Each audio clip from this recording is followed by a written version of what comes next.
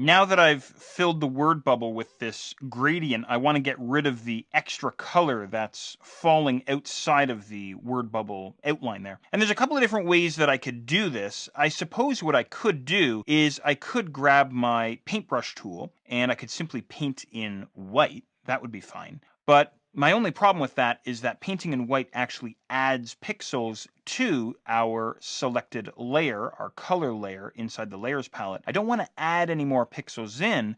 What I want to do, in fact, is take pixels out. I want to delete pixels. So whenever you want to delete pixels from a layer, that's when we would use Photoshop's eraser tool, whether it's a cartoon like we're working on here, or a photograph, or a layout that you're working on, or whatever you have. The eraser tool is always going to delete pixels using a paintbrush-like interface. So I'm going to grab my eraser tool here. You can just tap your E key on your keyboard if you want. And what happens here is I now get a very large brush here. I'm going to use my open square bracket key to reduce the size of my brush. Don't forget, open square bracket and close square bracket to change the size of any brush-based tool. You can also use the options across the top of the interface. The mode that I'm on right now is brush. That's just fine. I can also change the opacity and the flow if I want. I also have a drop down here which works exactly the same way as it does for the brush tool. So as a matter of fact, you can think of the eraser tool as being exactly the same as the brush tool, except rather than adding pixels to your layers,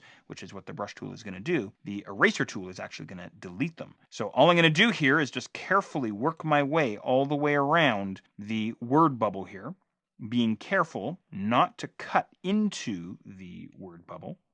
Something like this. And it's going to take a little bit of time to work my way around the artwork, but that's all part and parcel here. That's all part of the fun. But that's the idea. So once again, just to reiterate here, the paintbrush tool and the pencil tool also, I haven't shown you the pencil tool, but you can check that out on your own. Those guys are going to add pixels to your artwork, to your layers, and so on. The eraser tool actually deletes pixels. And if you want to have a sort of a better example, perhaps, of exactly what I'm talking about, what you can do is you can turn off your line art layer inside the layer palette there, and then try painting with white with your paintbrush tool, and you'll notice that you won't get this checkerboard pattern, which is Photoshop's way of indicating transparency.